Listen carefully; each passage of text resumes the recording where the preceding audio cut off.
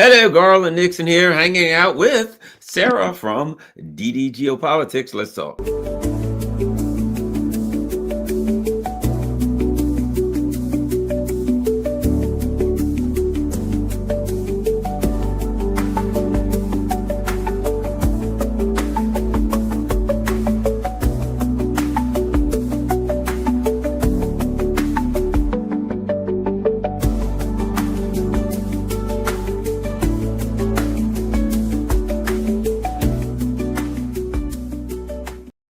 Hello, Garland Nixon here with the young lady of the Don Bosch. That's right, Don Bosch Divushka. Sarah, Sarah, welcome, and thanks a lot for taking time out of your busy schedule.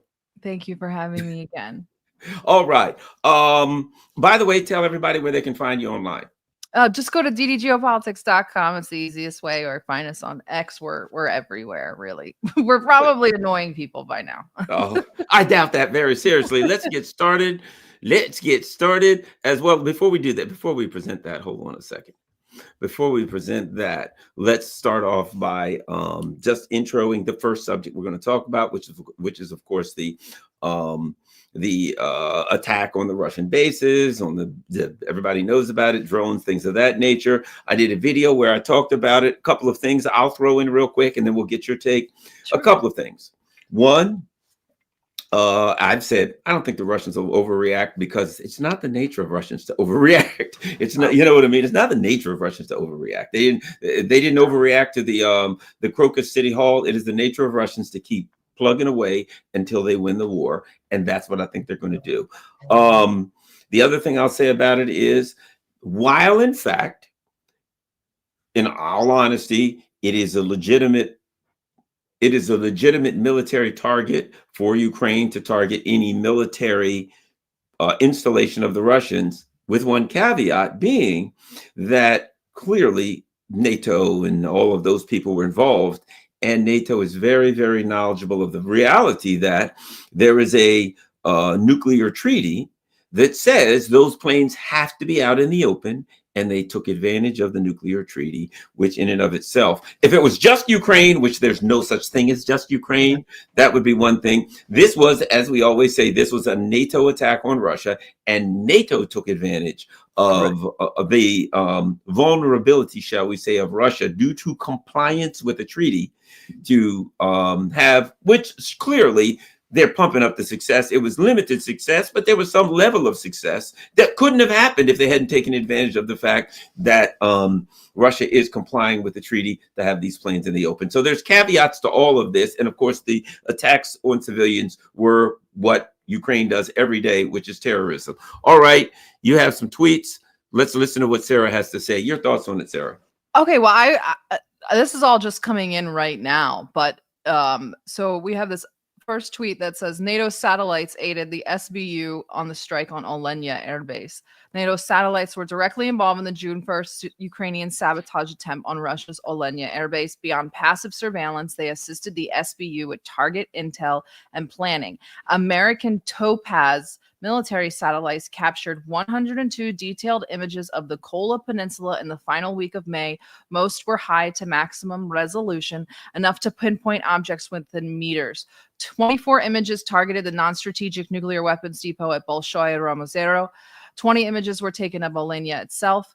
Naval bases at Nerpichya and Gazievo were also heavily surveilled. 11 passes focused on the airfield and equipment near Murmansk. On top of that, U.S., Norwegian, and Swedish reconnaissance and anti-submarine aircraft P-8s and a Gulfstream 4 SIGINT jet flew missions near the aircraft in May, or near the area in May. The June 1st attack failed, but the lesson is clear. The West's growing satellite and ISR activity is a warning sign. Russia must act before these monitoring missions turn into direct strikes. And we monitored this P-8 as it was circling around the Black Sea and near the southern parts of Russia. And I wanted to read these because the idea that we want this war to end is we're very much betraying that with our actions. I actually recently wrote an article kind of also arguing the case that we don't want this war to end because there's too much private money involved. And then they attacked the Crimean Bridge today, which they never do without Western assistance and Western targeting. So the West and the United States, namely, is still very, very much involved in this war. Well, and here, my position has been this for a while. I don't even acknowledge the existence of a country called Ukraine. The United States overthrew the government of Ukraine. I have interviewed people that were involved in that government that talked about how after the US came in, if you wanted something done, you had to go to the US and say, we'd like to do this. We'd like to hire that person. We'd like to move that person. We'd like to this. And they had to approve it or deny it, right? This is a U.S. proxy government. It's a U.S. proxy war. From every bullet that's fired, every move that's made is a U.S. led MI6 led move. So I'll be honest. I think the Russians came to that conclusion before the war even started, and that's why the war started. So I think that we have to start by acknowledging what it is. You know what I mean? That not just this. Every soldier that's shot on the battlefield, every time a drone is fired towards Moscow, this is not a Ukraine. There's no such country as Ukraine. That's long been gone. NATO is at war. And the Russians will say this. The Russians are not at war with Ukraine. They're at war with NATO / the United States / MI6. That's what this is. And that's one of the reasons, in my opinion, that, and as I've said, that I don't think the Russians will, quote, overreact. I think that the fact of the matter is the Russians are winning and they're on track to win. And if they keep doing what they're doing, which they will win this conflict. And I think to some extent, the masters of the Ukrainian proxy are desperate and they're trying to do anything they can to get the Russians to do something out of sorts, something other than what they just keep doing, which is attrition war. And I don't think the Russians are going to do it. If the Crocus City Hall attack and all the things they've done have not steered them away from maintaining course and speed, this ain't going to do it. Now, I understand the emotions of people who say, doggone it, that angers me. They need to do something. Hit back, this and that and that. It's not the nature of Vladimir Putin and the Russian leadership. The nature of them is, what is our next objective on the battlefield?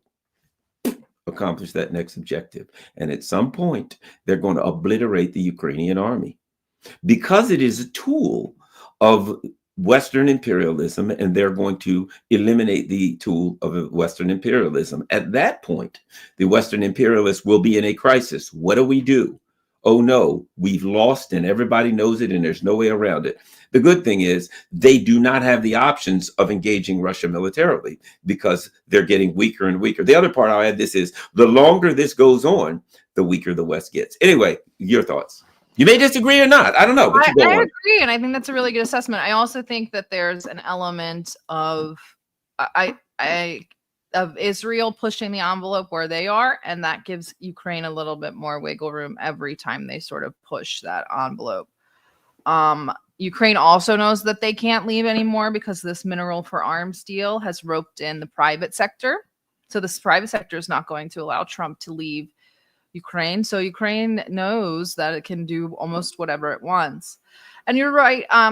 Russia is not very soldier fatality averse, but they're very civilian fatality averse. So I was thinking maybe first train attack, there were 2 train attacks. The first one was pretty devastating with at least 7 deaths and 4 cars falling off or being derailed from the bridge. So there probably will be somewhat of retaliation for that, but I agree there will be no overreaction. What we would think, or what an American would say, what I would do, you won't see anything like that, not even close. Yeah, someone up there says, I think Russia will do something big. They will. They'll win the war. Exactly. They will win the war. There's a reason they defeated Napoleon. There's a reason they defeated the Nazis. There's a reason they defeat everyone that attacks them, because they have a formula. And that formula works. And that formula is a war of attrition on their border. And they can play that game better than anybody else. And since they can play that game better than anybody else, that's the advantage that they're going to take. And they will not be.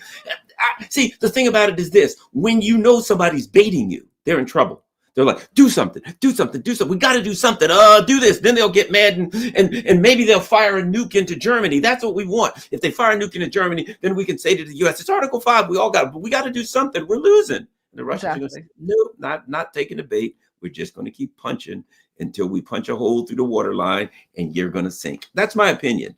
But I understand the emotions. You know what I remember? I'll never forget. During the so-called counteroffensive, and there's a town, Krasny Liman, Red Liman, right? Possibly on the Yes. red line, yeah. And like the Russians pretty much walked out. Like the Ukrainians were like, we're going to take Liman, and the Russians were like, well, we don't have a lot of people there, so they pretty much walked out and Yeah. left. And the Ukrainians like walked in, right? And all of these people are like, oh, they lost Liman. Oh my God, Liman's gone. We have to use tactical nukes. We have to do this and that. And the Russians are like, we'll get it back sooner or later. They got it now. But we got things to do. We got to bring more soldiers in. We got to build more tanks. We got to do this. They're very bureaucratic and matter-of-factly. And you know what? They're going to get Liman. If they don't already have it, they're going to get Liman back sooner or later. You know, they've been around for 1,000 years. And you don't hang around 1,000 years being jumpy. You hang around 1,000 years because you take your time and you win. And again, I'll add this. In the West, well, yeah, you know, the U.S. has been around 250 years. We're pretty young. We're still kind of jumpy and froggy and always trying to do something. We can't see that long-term vision that a Russia or a China or Iran, that long-term vision that says, I'll take my time. Things are going to turn in my favor. And when they do, I'll take advantage of them.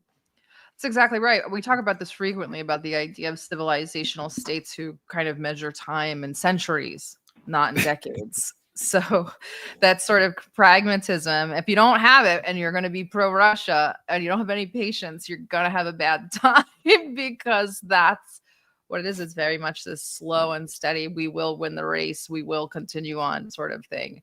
And they learn from other people's mistakes. So Russia's planning for the next 100 and 500 years. They're not on a 5 to 10 year plan. So that's exactly right. They know that they'll be here in the end. So they just don't panic. Yeah, I think this too. Here's the way the Russia's looking at it.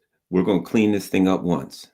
We're not going to come back and fight this war in 5 years again. We've been down that road. We're not going to come back and fight it in 10 or 15 years again. We're going to do it right this time, and we're going to square Ukraine away once and for all, and we're going to force them in a position where they got to bargain with us one way or the other, and if they don't, we'll take what we want. But I think the Russians' long-term plan, and they've even said it, no, we're not freezing the conflict. No, we're not making any deals because we're not going to come back 10 years and do this. They've got a long-term vision. We'll get this done once and for all and move on. And so, you know, I understand the people in the chat and the people all over who are just keep, you know, get one of those squeeze toys, a stress reliever. You know what I mean? The little squeeze stress ball. Yeah. Get a stress ball and squeeze the stress ball. You'll feel better, but you ain't going to change the mind of the Russian general staff. They are never in a rush. And there's something else. Oh, you know what it reminds me of, Sarah? And I have so many friends like this. The people that go on an emotional roller coaster over Trump's Truth Social posts, right? Mm-hmm. They're always waiting for the next one. So Trump has a Truth Social post. Yes, I think we've got to deal with the Iranians. The Iranians are great. Everything's wonderful. And people go, oh, great. Whew, I'm glad of that. And the next day, the Iranians must not be allowed to have any nuclear anything. And people go, oh my God, did you see the latest Truth Social post? There's going to be war for sure. And then the next day, but then again, perhaps maybe we can work something out. We'll sit down and have some shawarma with the Iranians on Truth Social. Oh my God, whoa, it looks like we're done. And they just go like, yeah. And they read Trump's Truth Social post and they ride the emotional roller coaster. And I'm like, I don't think we're attacking the Iranians because we don't have the conventional capability. And if we do, we're going to learn a bad lesson. So we will see, but I don't think we're going to. Anyway, let's move on. What's the next big one? Well, let me ask you this. Did you have anything else to say on the it really didn't even cause that much damage. I mean, even the Western media reported like 40 destroyed planes. We've been reviewing satellite footage. I've been seeing like 4. Yeah, less than 10. It's yeah, right. And that's also indicative that Ukraine kind of also knows who they're catering to. MAGA loves a show. That was a big show. Yeah. MAGA loves a show. So and they're in Washington D.C. today asking for more money and saying, look at what we did. We still got it. And so we'll see what happens now. Well, you know what? Here's one thing you can guarantee, and that's this. This is it, and they've always done that. Okay, anytime there's a big date, because why? The U.S. and MI6 work off public relations. That's all they have. The soft power public relations, right? May 9th. Remember this? And what do they come out on May 9th? We demand a 30-day ceasefire or else. Okay. Right. The day before the last Istanbul talks, we're a million like 500 drones fired within like 7 hours the night before, right? Because the next day is this, we need our PR attack, right? All right, we're meeting on Istanbul Monday morning. All right, we're going to have this big event the night before. You know what I mean? Anytime, because the West is PR driven, because they're soft power driven, because they don't have hard power, they don't have it. What are Ukraine's going to do? They're getting their asses kicked on the front line, so they can't really do anything there. So what do? We're going to have an Istanbul meeting tomorrow. Great. That means tonight we got to do something. If the Russians say, let's meet in Istanbul next Wednesday, we know that Monday and or Tuesday, the Ukrainians are going to do some PR event to blow up a Russian monument or something in, Exactly. the Belgorod region. It's just guaranteed, because they don't have anything else other than PR. They have to do some PR thing and make it appear as though it's bigger, as they just keep losing town after town. Exactly that. And then they're going back and forth, tit for tat. There's actually been an acceleration in this war. There's been no slowing down since Trump came in office. So, and there won't be. So, yeah, and the U.S. See, the U.S. is in a bad situation, and I think militarily they have a stain, and here's the stain that they can't find their way out of. They got humiliated by the Houthis. See, that's the thing about the U.S. The U.S. can't even talk a lot of smack anymore. You know what I mean? It's like the person on the playground that talks a lot of smack, and then like the little kid in 3rd grade beats the hell out of them. And from then on, think everybody's like, no matter what they say, people are like looking at the U.S. like, hey, don't make me call the Houthis. right? We'll just quote Bab el-Mandeb again, and you'll cry. All the Houthis on you, do you? You have to shut up. So the U.S., even if the U.S. threatens Iran, we might have to attack Iran, a lot of people look at it and like, realistically, you couldn't beat the Houthis. I don't think that's a fight you want. You know what I mean? So right now, the air, the veneer of military invulnerability has been crushed in Ukraine and obliterated in the Red Sea. It's just like that whole sort of, when it comes down to it, like good old fashioned war fighting isn't all bells and whistles at the end of the day. And that sort of has handicapped us, sort of kind of leaning on this super technology, kind of video gamers and sort of that getting complacent in that way. This has been trench warfare. And I think that watching this war has definitely at least a little bit woken up Americans to what war can actually be like. It's not coming in and shock and awe and flattening cities and then walking in like you won the place. This is how war is really fought, and this is why it should be avoided at all costs. And I think that's a good reminder for Americans, and that's why they don't want to get involved. They did lose to the Houthis. Russia obviously doesn't need to point that out, but they know. So, and they're losing the trade war. They're like literally a paper tiger at this point. So, yeah, they're actually not in a very good position. It's pretty fascinating to watch. Well, what are your thoughts on, you made a good point about the paper tiger, your thoughts on this? And something I've talked about, want to get your thoughts on this negotiating. The U.S. are negotiating with the Chinese as though they have economic power, and they don't. They're negotiating with the Russians. You have to do this, you have to take that, or we're going to do crushing sanctions. And the Russians are like, oh, really? The one more crushing sanction? Really?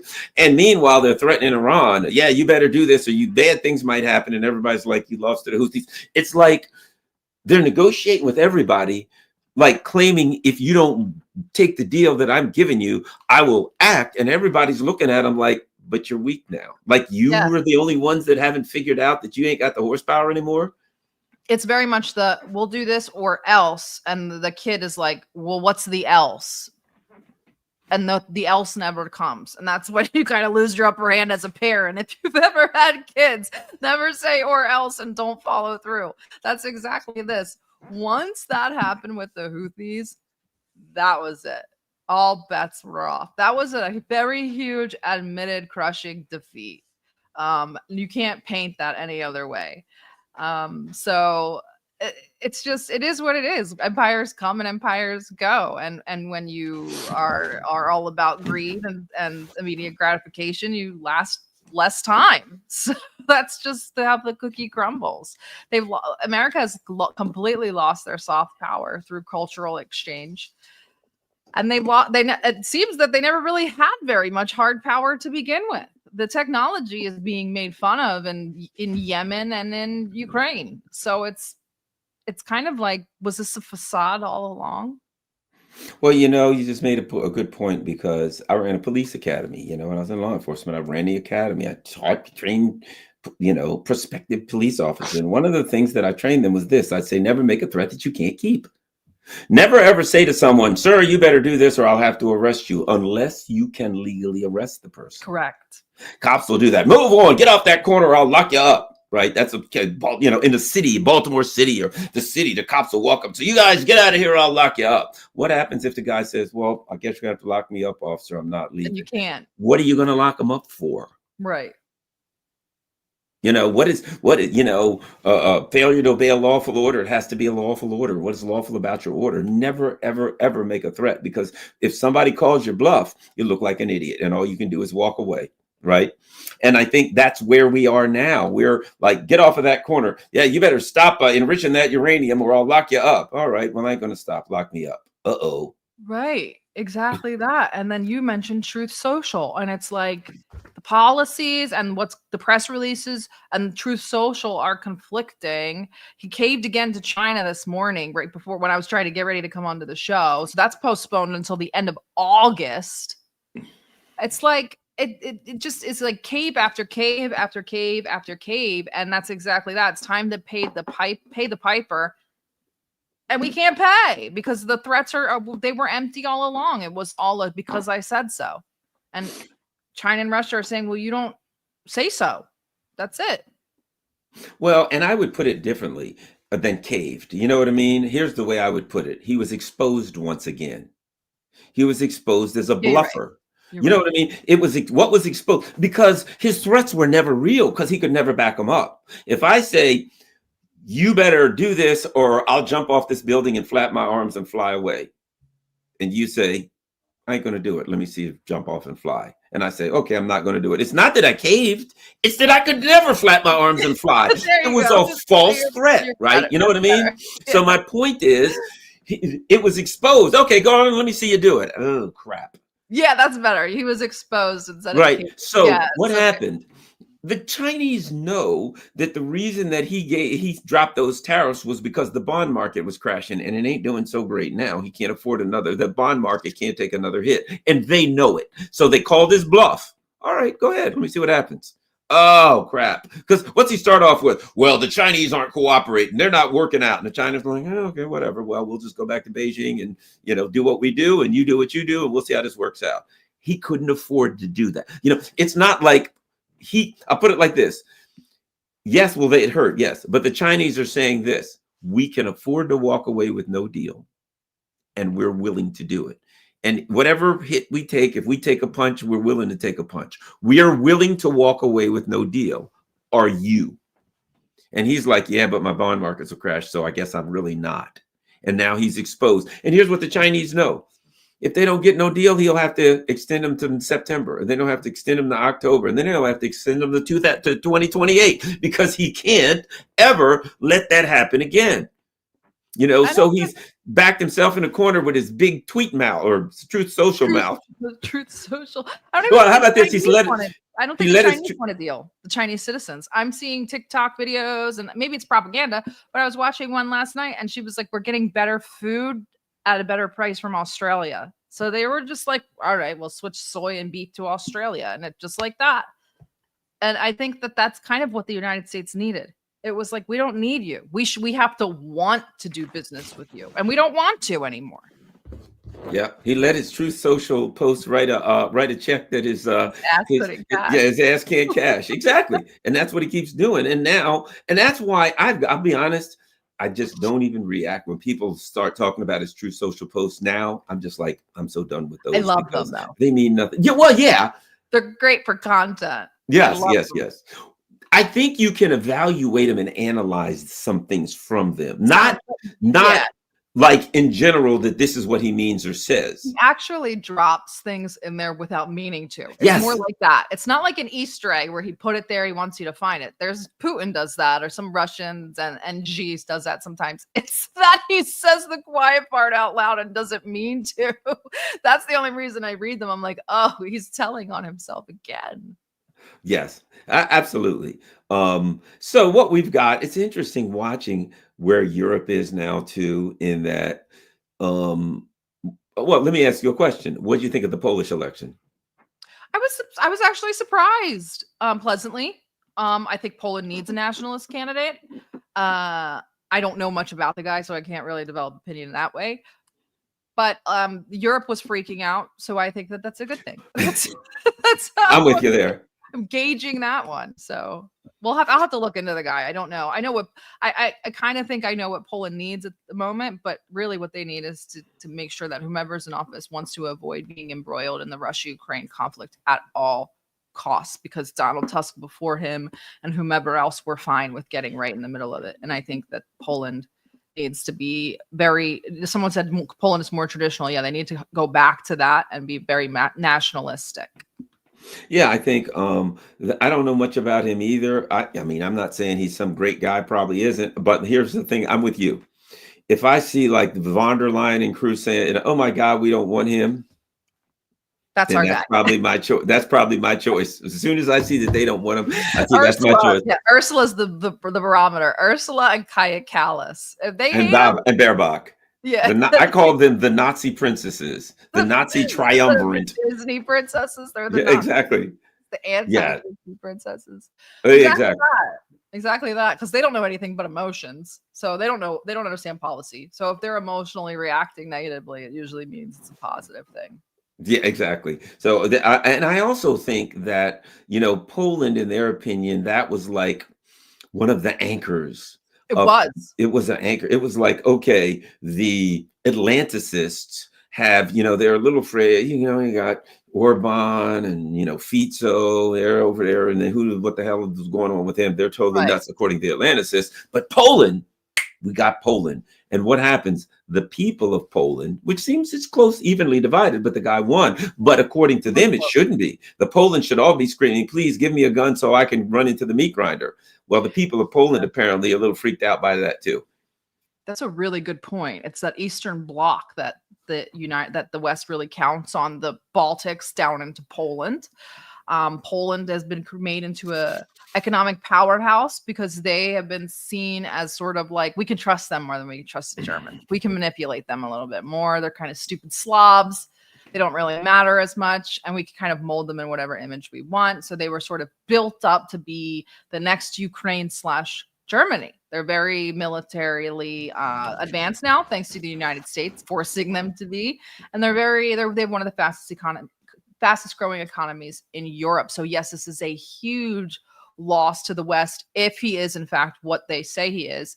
And you mentioned Orban and Fico, and Vucic as well can sometimes be thrown in that mix depending on which way the wind is blowing. Romania, obviously, that election kind of went more Western leaning, but he's also not terrible. But Fico and Orban, you can write them off and say they don't really matter. But once with Poland in the mix, that's a very large Eastern Bloc.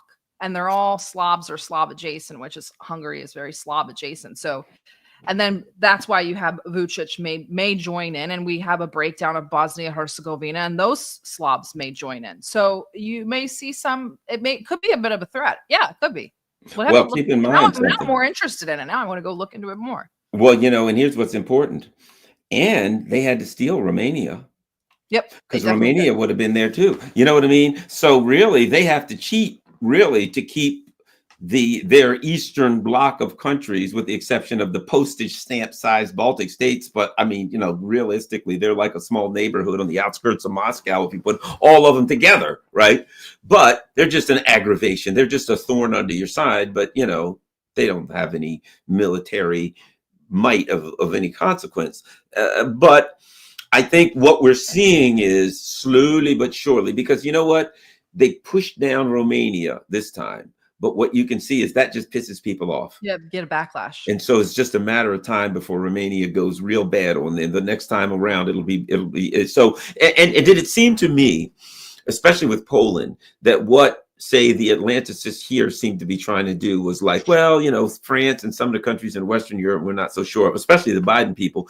They wanted to kind of shift that axis of power to Poland. And I think the Brits and the French and even the Germans were afraid that the US was going to be like, okay, Poland's our favorite child now, not you. Yeah. It seemed like that was the move, especially with Biden. Every time he turned around, he was in Poland screaming, Putin cannot stay in office or something mad. Yeah, trying to drum up morale there. Yeah, they were very much a kind of a last line of defense. And I think that they saw in Poland what they wanted Ukraine to be and what it could never be. And I was actually for a while, and I'm still, maybe not as much now, but I was concerned that they would be the new kind of bulwark up against Russia. And they're holding on to Moldova for dear life. They are not letting those people go. So we'll have to see how this changes things. I'm actually kind of less black-pilled now. This might be some good news. At least I don't want them to obviously it's not going to turn around and be like, I'm a Russia ally, but just to kind of tamper down that fervor that was happening in the last administrations and make it more about Poland shouldn't be allied with Ukraine. That doesn't historically make any sense, which is probably one of the reasons why this guy won. Maybe try to highlight that a little bit more. I don't know. We'll see. Maybe good things for Poland are coming. I think you're right. I think that what we can see if we think like the Russians and the Chinese and the Iranians long term, you can see that 5 to 10 years out, the sentiment in Europe, in a lot of places in Europe, the sentiment amongst the population is moving away from this Atlanticism, anti-Russian stuff, and that it's moving in a direction of more of the obvious. Hey, we're concerned about ourselves, our jobs, our homes, our families, and we want to start focusing inward. I think that's what the future holds for Europe. Well, that is the kind of the death knell of this sort of anti-nationalist liberalism. That's what we were taught, right? We were taught that nationalism is bad. It's fascistic. We're global citizens. We're liberals. We're all equal. We're all free. And that's just not true in the grand scheme of things. Not about the not equal part, obviously, but this anti-nationalist citizens of the world, we are the world, we are the children thing, it doesn't work, and it actually leads to the degradation and dissolution of nation states. And I think that people are seeing that, and they're afraid of losing. Your nation is your identity. What's at the end of the day? Your blood and your religion, right? Usually the things that you can't change about yourself. That's what people fall back on, and if they lose that, that's their foundation. That's terrifying to people. People see that's, I mean, maybe it's in a racist sense or in a fascist sense, but nationalism is necessary for the survival of the nation itself. And so I think that we're seeing a kind of whiplash to those years of liberalism, telling you that it's not good to have pride and that sort of thing, and it's not good to preserve historically. We're supposed to be forward looking. We're not supposed to remember the history. So, well, I think and here's the way I like to put it too. If I use the word liberalism, nationalism, democracy, whatever, right? Let's not pretend there's only one strain of liberalism or one type of democracy. What kind of democracy do you have? What kind of Turkey is a democracy? Yeah, it is a democracy, but there's issues there, and about it's also a Muslim nation. So there's a level of religion to it. You know what I mean? What kind of democracy is it? A parliamentary system? Is it what we are, a alleged constitutional republic, which we're not? We're a fascist totalitarian state now, to be quite frank. Let's be honest. What is Britain? It's a fact. What is Germany? They're fascist totalitarian states. There's nothing democratic about these states anymore. And I think what is being, that's the way I'll put it. What is being exposed is that modern day liberalism is just, you scratch a modern day liberal and you get a friggin' fascist. That modern day liberalism, the modern day social democratic liberalism, is not what it purports to be. I think that's what I'm saying. I agree. It's kind of like the jig is up. And that's sort of how political ideology is supposed to evolve anyway. It starts to not work after a while, and then it evolves into something else. And they're trying to clamp down and say, it's not going to evolve. It stays this way and keeps us in power. And it's just not the natural way that things work. They're just afraid of what it's going to cycle into, and they won't have as much power anymore because people are getting fed up. Well, yeah. And what we have is now, what's interesting is this. If you look at this, I'll use this word, the ruling elite, for lack of a better term. There's nothing elite about them, but economically, let's go that way, right? In Britain, in the US, whatever. And that is, okay, so they're supposedly, I guess they're at war with the Muslims people or something in Iran and all over the place, right? They're at war with the Russians. They're at war with the Chinese. And they're at war with us. See, that's the other part is, look what's happening. We're not allowed to talk about things. We're not allowed to question them. Hey, we don't know about this policy on COVID. I got a question about this policy on COVID. Oh, you're a something denier. Boom, you get thrown off of Twitter. Why would I answer you? You're fake news. Exactly. That's right. I don't have to answer to you. You have to do what you're told. And we say, well, we're not sure about this. You say this group is right in this war, and we think that group may be right. We'd like to question that. No, you don't have a right to question us. So now what we have is a ruling elite that's not just at war with everybody else. They're at war internally with their own people, because the only way they can stay in power is to fight the group of working class and increasingly impoverished class of people that they're a group that I might add that they are ever broadening. Exactly that. They are at war with us in a way. And we were going to discuss the Palantir thing, and that's the most indicative of it. But we've been ramping up to this anyway. And you mentioned the speech thing, right? It's the same song and dance as it was on the left. It's just different topics you're not allowed to talk about, and different people telling you're not allowed to talk about them. And I mean, I don't know how long it's going to take for people to wake up. Plus, we have a huge horde of influencers that are telling people not to panic. I don't really know. It's kind of a mess. Don't go on Twitter. You're lucky to be off Twitter, actually. I wish they would force me off Twitter, honestly. Well, okay. So now we're going to go to this. Here's an article that we're going to share, and boom. What is Palantir, the secretive tech company behind Trump's data collection efforts? The Trump administration reportedly wants a master database on every American, and they want Palantir to make it happen.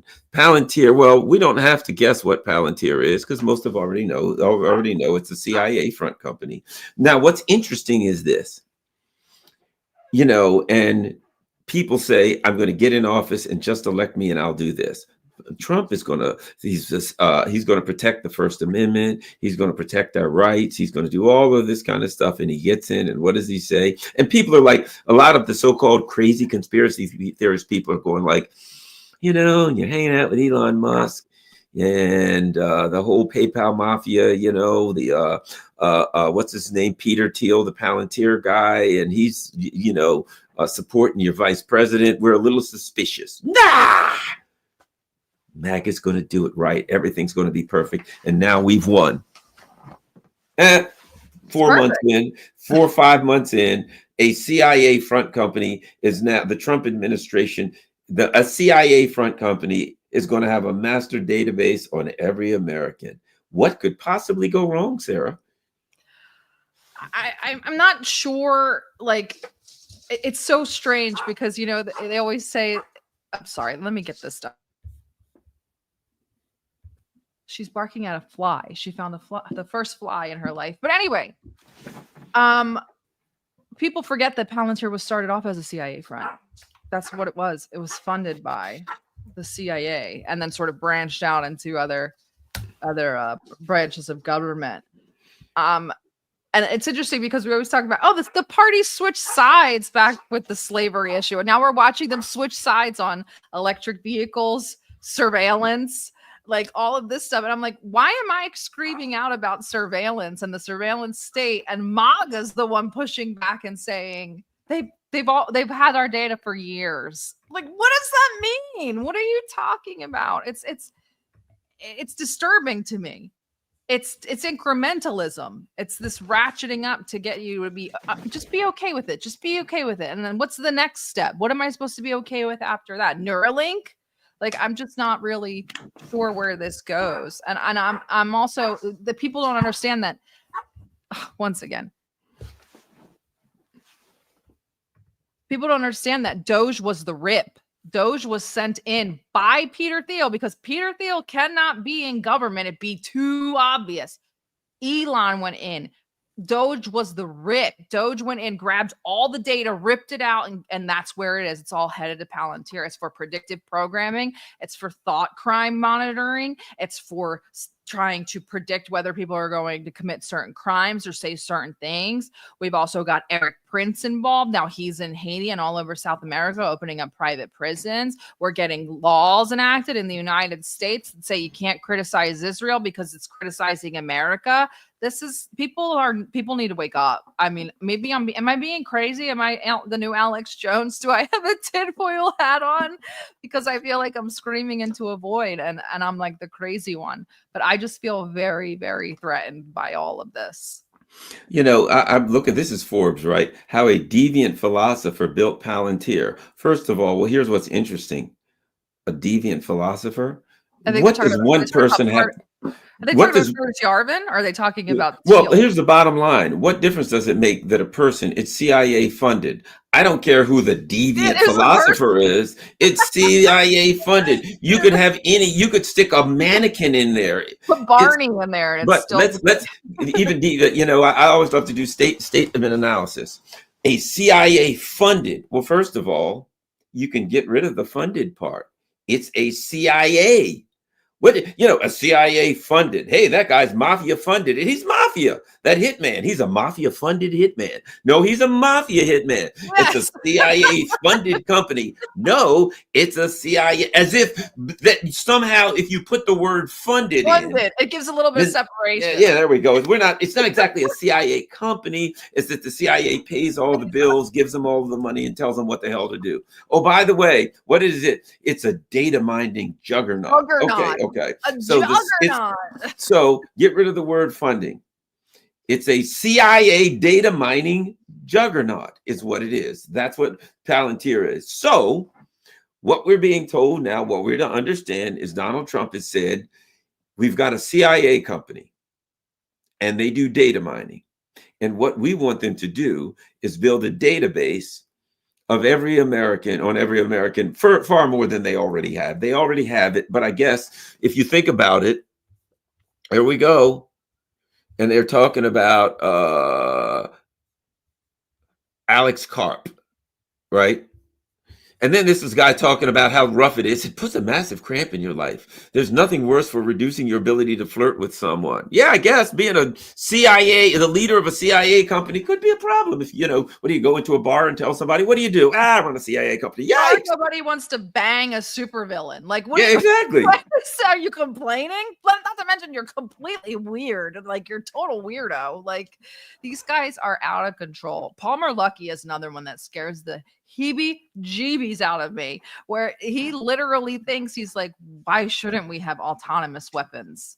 And you're like, wait, so the weapons can think? And yes, that's exactly what he wants. He wants drones that think for us. These people are insane. Go look. If you look up, there was a fantastic article that came out in the New Yorker about Curtis Yarvin, which is where Peter Thiel actually gets the majority of his ideology from. He's become our Dugan, if you will. That's what I called him last night. People got upset with me, but Curtis Yarvin is the American Dugan. I don't care what you say. But his idea is that sovereign states should be ran by companies. And that people will vote with their feet by moving in. So I'm going to go move over to the Twitter state, and I'm going to go move over to the Tesla state, and I'm going to move to the Target state. And that's what he thinks how things should be run. It's very, very off the wall. They're all monarchists, which is really interesting, but they're techno-monarchists. So they think that because somebody ran a company and they're wealthy, that indicates that they're should be able to run a state successfully like a company. And we're seeing this. We're seeing Stargate in Texas. Elon has his first company town. And they've even tried to create states in the cloud, and the UN sort of put the kibosh on that. So they want to create virtual states, the whole thing is bananas, and they want our data to do that. And it's like, why do you need the data? Why the data is what I'm wondering. And they're saying, oh, it's for the good of the country. We're in this big space race with China, with AI, and this is how we're going to win. And that's how you kind of get people behind it. But I'm like, you need to explain more than that if that's the explanation behind this. Well, they've already started that. And when people say, well, they're already getting their stuff. Whoa. If you do build a database, you know what it's going to include. It's going to include your DNA. It's going to include palm print, all your prints, your iris, facial recognition. It's going to include all of those things that you can't hide. And in fact, Amazon and Apple, have you seen that palm print thing they've got yet going on now? So, isn't it great? You just walk in a store and you just wave your hand over this thing and it lights up and you pay for stuff. You want to go in, you wave your hand and you light in and you just, that's all you have to do. You don't even have to do anything. You take all your stuff as you're walking out the store, and as you walk by, it reads everything in your cart, and you just take your hand and go. If you want to go in somewhere or in a place, everything, just wave your palm print. Great. Isn't that wonderful? Right. But we know what that is. It's to build a complete database. So now if they say, well, we don't want anybody protesting Zionism. Oh, well, guess what? Everybody there, we've got their facial recognition in that they can do it, but we've got it perfectly. We've got their iris, their face recognition. We've got everything. And all of a sudden, every single person that's at that anti-Zionist protest, at that anti-Zelensky, whatever you want to know, everybody's there, and you get back and your stuff doesn't work and your computer doesn't work and you're off of this and that and your cards won't swipe and your bank account's locked up. You know what I mean? That's the game eventually. Exactly that. And I was also talking to someone the other day, was like, everything in like Dubai and California is self-driving now. This is all going on. We're entering this weird phase of like hyper consumption, but they're in control of it. So if you have a chip in your hand, they could turn it off. If you have a car that's connected to the internet, they could turn it off. You thought phones were bad. I mean, it's just insane to me. Just, we're going to make shopping more convenient. Why? It's not convenient enough. Well, and you know what comes after that? Now I'm going to go full I'm going to call it conspiracy theory, but not. You know what comes next? This is obvious. Okay. Well, it works right along with this. Well, now everything's self-driving, so you don't need drivers. Everything's self-roboting and AIing, so you don't need people to work. So now what do? You say, here's what we're going to do, everybody. We're going to give you a monthly stipend. What do they call it? A universal basic income, a UBI. Everybody, you get a UBI right here on your phone of digital currency. So let's just throw a number, $4,000 every month. You get $4,000 because let's face it, there's no jobs anymore. There's no way to earn a living. There's no way to eat. So guess what? We're going to give you $5,000 a month. That'll pay your rent. That'll pay this, and that. You won't need a car because the pass is in here for you to use self-driving autonomous cabs. Now, if you do the things that we want you to do, and let's just say you see somebody doing something they shouldn't, and you turn them in, and you do with everything the government wants you might get a 10% extra per month. You don't know. It's a mystery how much you're going to get. You're going to get extra. Yep. But let's just say you're found at an anti-Israel rally. Guess what? You lose X amount of percent. Or guess what happens? Your autonomous driving taxi cabs, which is the only way that you can possibly get around, won't come get you. Won't work at all, or you can't go further than 10 miles, 15 miles, 10 minutes, dare I say a 15-minute video. That eventually now they have everything. They know where you are. They know what you can do. Oh boy, but these phones are expensive. Don't worry about it. We're giving everybody a free one. Right? You get a free phone with all of that. We give you your money. And oh, by the way, we're going to give you $5,000 a month. Really? What do I do with it? Well, you got to pay rent back to us. You got to pay your gas money. That goes back to us. You got to use your autonomy. That goes to the Elon Musk Tesla company that owns all the autonomous taxi vehicles, back to him. They're going to allegedly give you $5,000 a month. But at the end of the month, 4,800 of it went back to them anyway, paying them for stuff to survive. And then they took the other $200 because you went to an anti-Zionist rally. They're really turning us into useless eaters. That's literally and you know what? A lot of this is actually experimenting, or I don't want to. I'm trying to say this lightly without offending anybody. It's a lot of this is like kind of being rolled out in the Gulf, because in these Gulf states, the citizens and the VIPs, they don't work. They live off the government. And the indentured servants, the second-class citizens from other countries, serve them. They live to serve the people who are actually naturalized citizens. Or it's incredibly difficult to get a citizenship to the UAE or Oman unless you're an influencer or were born there. So, or you are obviously some other sort of interesting person. But that's exactly what it is. And if you look at what went on during Trump's trip to the Middle East, he brought all these guys with him. Alex Karp was on the trip. Elon was on the trip. Sam Altman went on the trip. They were all there. Like, they're representatives from all of these things. Uber scored a billions of dollars contract to do robo-taxis with Starlink. So all of this stuff is being rolled out. I mean, even the line, the Saudi project that probably never will come to fruition, let's be honest, was going to be the first 15-minute city for everybody to sort of experiment with. So a lot of this stuff is happening in the Gulf. Why? Because they don't care about human rights, and because they have an amount of money that is unfathomable and under their feet. So, and just watch the Gulf. Watch what's going on in the Gulf. I mean, you won't get to see a lot of it because of how, how authoritarian they are, but it's Putin, how authoritarian the Gulf states are, but you'll be seeing a lot of it in the Gulf. Oh, absolutely. And that's the direction we're going in, and we're going there fast. And that's why they're doing a lot of things that they are. There's TRT World. Israeli linked CIA funded Palantir goes public, making espionage. And it's all the same. It's all everything. You could just pretty much say that Israeli linked CIA funded. And so in ultimate, what happened to me was it's funny that you talked about MAGA, and some people said, oh, MAGA's a CIA op. Here's what MAGA is, as far as I'm concerned. It started off as the Tea Party in 2010. It was the Tea Party. I remember the Tea Party. And very early, what was the guy's name? These rich people. It was funded by the Soros brothers, and the Soros people, and not the Soros, the Koch brothers, and they started this thing called Tea Party Express. Yeah, I know a lot of background. I was at Fox back then. So Tea Party Express, and they put, was it Dennis Hastert or the other guy? One of those guys got in trouble for stealing a bunch of money. So the bottom line is, what did they do? The Tea Party was a grassroots movement. Culturally, I had some issues with it, but what were they angry about? They were angry about the bailouts. Yep. That's what the Tea Party was pissed over, the bailouts, because they got screwed like everybody else. It was economic, right? And then, so the Koch brothers start this organization called Tea Party Express. They put Hastert or whoever the hell it was in charge of it. And then they just co-opted it. And then eventually Trump comes along. He grabs it. He renames it to MAGA. All the MAGA people look, oh, he's the blue-collar billionaire. That's what they referred to Trump. Like I said, I saw all this in real time. I was at Fox. I knew the guy that was the Koch brothers money man, that if you wanted Koch brothers money, you had to go to this guy.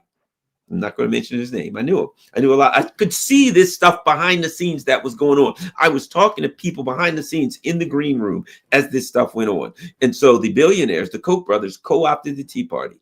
Then eventually Trump comes along, and he was the model guy for the Tea Party. He grabbed the Tea Party and he renamed it MAGA. And when that happened, it was the ruling elite snatching the Tea Party out, and then boom, they had they created the Obama movement with a big fraud because the people want to change. Along comes the Tea Party, they want change. They co-opt that with Trump, and now he gets in. Oh, I'm going to change everything, and all of the things that he said. He sounded in a way like the conservative Obama. with the things that he was saying. I mean, these outlandish things that the system didn't want to hear. Trump saying all this stuff on the campaign trail. Then he gets in and yeah, let's get Palantir over here so we can build a a digital and genetic platform that knows what every damn thing about you, what you're doing, what you eat, where you're going, and where you are at every second of the day. Because I came here to change things. I'm the MAGA guy. Well, and I think people are also forgetting a huge element of this is JD Vance.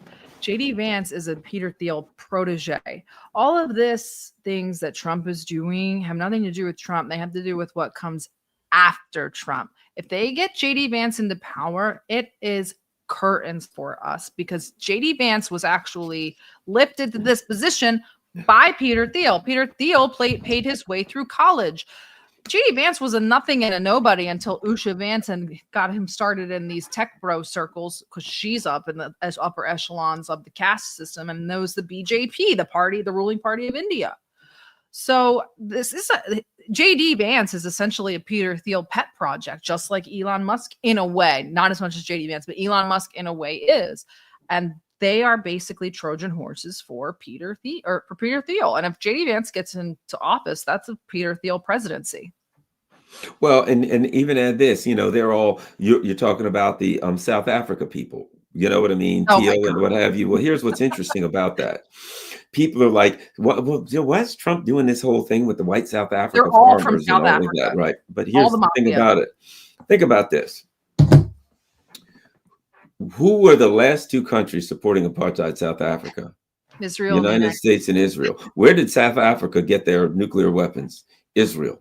South Africa and Israel were tied at the hip, right? But not the new South Africa, the old apartheid South Africa and the leadership of apartheid South Africa, which is eventually where like Elon Musk and these guys' money originally came from, right? So these people are still tied.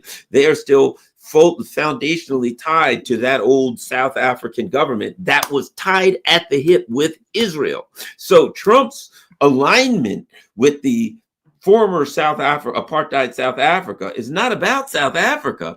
It's about Israel. Exactly. It's about people who were diehard Zionists tied at the hip to Israel.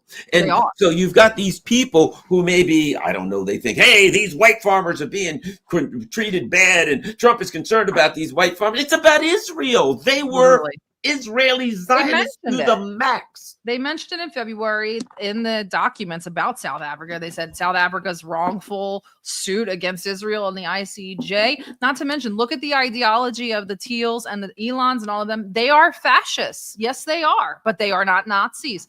They literally took everything from the alt-right. They're eating Richard Spencer's leftovers, for literally. They took everything from the alt-right and the Nick Fuenteses and said, we're going to pluck out the hate the Jews part or the anti-Israel part, and we take everything else. And that is what they are. They think that Israel is actually one of the ultimate examples of what we should be, this sort of fascist, ethno-nationalist, technocratic state. So yes, it is about Israel. I'm so glad you brought that up and tied it in. It 100% is about Israel. They can't stop mentioning it. They're kidding themselves. Really, they tell on themselves. Honestly, they've told on themselves with the press releases. Even David Sachs is South African. They're all South African. Isn't that wild? Somebody said, is South Africa the new Sicily? I guess so. But much more refined than us Italians are. Much more professional and intelligent. But yes. Yeah, people don't, a lot of people don't understand. They don't stop to think about the apartheid South Africa government, because you had a triumvirate of power. It was the U.S., Israel, and apartheid South African government, which at that time, if you think about the 60s, they were all apartheid countries. Oh, yeah. You know what I'm saying? Let's face it, they were all apartheid countries, right? And they were all aligned. And what happened is, while in fact, the government, the Zionist government of South Africa, because that's what it was a Zionist government. The Zionist government of South Africa technically fell, but they didn't disappear.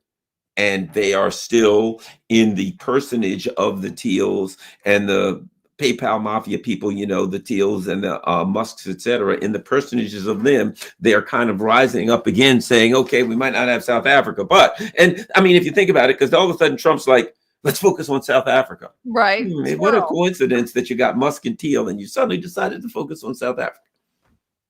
And then you announce a deal with Palantir weeks later. Yeah, all of these things are obviously connected. It comes back time and time again. It comes back to these. It was crazy. Somebody was like, I had a few people literally calling me nuts because I was drawing lines from Peel to Musk to like X and to the administration. And they're like, you're crazy. You sound like Alex Jones. And I was like, okay. Well, okay, good enough. Fine. Well, then everything's just fine. Then you just go right ahead.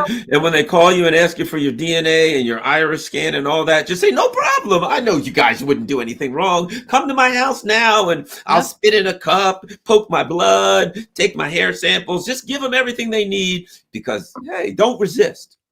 Comply always because they're looking out for you. They're our bros. They hang out with us in spaces and on Twitter. They would never do something that would harm us. And don't listen to us crazy people. Yeah, we're crazy. We're nuts. We're insane because we don't trust the same people who are oppressing us and trying to drag us into a nuclear war. Imagine that. Well, it looks like we pulled off a whole hour some kind of way. Thank you. Thank you very much. Wow. I see not just dead people. I see some live ones. But let's see. I think I see 2009. We're almost at. We're almost at. We're at 2,600 on X. Very good, Garland. Wow, 2,600 on X. That's awesome. Well, that's wonderful. Well, thank you very much. I certainly appreciate it. I'm glad. And I send you the link. Feel free to run it on anything you want to. I encourage it. The more, the better. Well, I want people to remember that you're still here. Some people don't even know who you are anymore. You've been gone from X for so long. Yes, I'm not allowed to be on X because they, I'm not allowed to be on X. We'll make sure they know you're still here. Don't go back on X, though. It's not worth it. It's really not. You're blessed. Yeah, isn't it hilarious? The thing about X is though that if you think about it, it's the same game that Trump played. I'm going to come back. I'm going to stop censorship. I'm going to stop this and that. We're all going to blah blah blah. And then what's his name? Teal's boy Vance goes to preach in Germany to the Europeans. Yes, you Europeans, you're screwing up people's rights and you blah, blah, blah. At the same time, they're like arresting students and throwing them out of the country if they say and I got banned in India. So where's the free speech? Why are you complaining about Germany and banning 8,000 accounts from being viewed in India? Exactly. Look at, I mean, he's, to me, it's like, I'm going to distract people and I'm going to say, look what they're doing over there in Europe. And then maybe people will be like, and people at the time it happened, there were all these people like, yeah, isn't it great? Did you hear what JD Vance said? I said, with a caveat, everything that he said was correct. However, I'm not going to judge you by what you say. I'm not going to judge you by allowing people to say things about Ukraine or about COVID because you're fine with that. I'm going to judge you by what you do when people say things that you don't like, such as about Israel and Zionism. And they got an F there. So the reality is, if I believe in free speech, then I have to allow the speech that I don't like. And they ain't doing that. And they crack down even more than the Democrats on that, if that's humanly possible, but it is. All right, Sarah, where can everybody find you online? ddgeopolitics.com. Find us. Please follow our YouTube. And the Substack is really on fire right now. I have new writers, new articles. Palantir is very big on the Substack, as well as Eric Prince. Yes, he's back and he's better than ever. All right, thanks. Same here. Follow me on Rumble and Rockfin, all that kind of stuff, and Telegram. If you can contribute, that's great. You see all that stuff going across the bottom. And of course, last but not least, I actually have a P.O. box that's in now. So if you want to send anything to the P.O. box, with the exception of a mail bomb, like just a letter or whatever the case may be, feel free to send a P.O. box there. That's across the bottom. Thanks a lot. Share this. Everyone, share this on all your social media platforms. That's important. And if you're not a member of this channel, please subscribe. I'm out.